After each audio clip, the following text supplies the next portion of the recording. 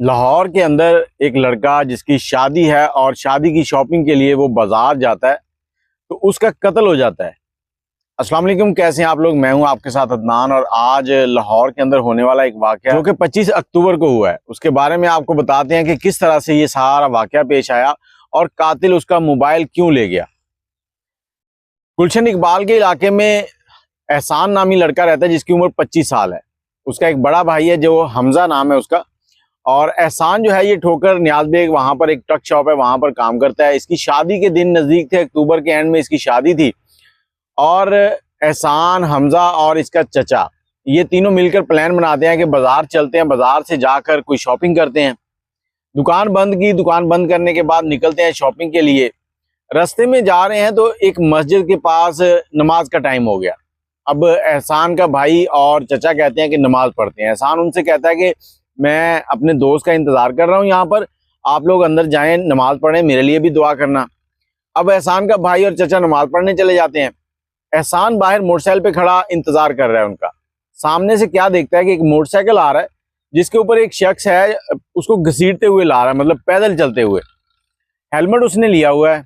अब हेलमेट लिया हुआ है और इसके पास पहुंचता है तो उसके हाथ में एक बोतल थी छोटी। इसको कहता है कि भाईजान आप मुझे थोड़ा सा पेट्रोल दे दें ताकि मैं पेट्रोल पंप तक पहुंच जाऊं। अब एहसान जो है उससे बोतल पकड़ता है, अपनी मोटरसाइकिल के पास नीचे बैठता है और कार्बोरेटर से तेल निकालना शुरू करता है। अभी तेल निकालना शुरू करने ही वाला था कि वो शख्स इसके पास आके खड़ा होता है, इसके सर के ऊपर पिस्टल रखता है और गोली मार देता है। कोई बात नहीं, कोई कलाम नहीं, कुछ नहीं। और इसकी जेब से इसका मोबाइल निकालता है और निकालने के बाद अपनी बाइक को स्टार्ट करता है और निकल जाता है। अब यहाँ पर सोचने की बात यह है कि जिस बाइक को वो पैदल चलते हुए ला रहा था उसी बाइक के ऊपर बैठता है और उसी को स्टार्ट करके ले जाता है। मतलब उस बाइक में तेल भी था। ये सारा कुछ एक प्लान के तहत किया गया।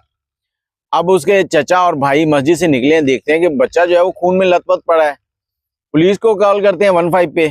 पुलिस आती है, एड्रेस पूछ के पहुंचती है उस मस्जिद के पास और आकर सारा वकूआ देखती है और इधर उधर देखती है कि एक घर के अंदर सीसीटीवी कैमरा लगा हुआ है। अब किसी को नहीं पता कि क्या मामला हुआ है। ये जो पिछली कहानी मैंने आप सबको सुनाई है ये सारी सीसीटीवी कैमरे से निकली थी। अब सीसीटीवी कैमरे की फुटेज निकालते हैं, उसमें देखते हैं सारी चीज जो है।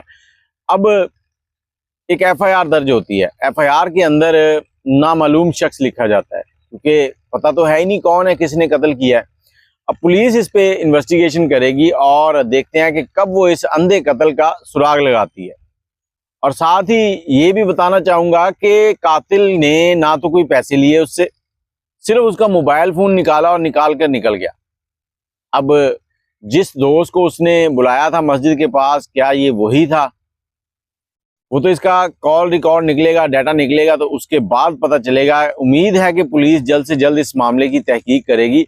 लेकिन आप लोगों से मैं फिर से गुजारिश करूंगा कि अपने आप को इस तरह के मामला से दूर रखें। कई बार होता है कि आपके सामने कोई ऐसा काम हो रहा है जिसकी आप वीडियो बना लेते हैं और वीडियो बनाने के बाद आप किसी लालच में आकर अगले बंदे को तंग करते हैं तो उसका अंजाम फिर कुछ इसी तरह का होता है कि बंदा मारना है मार दो लेकिन इससे मोबाइल छीन लो।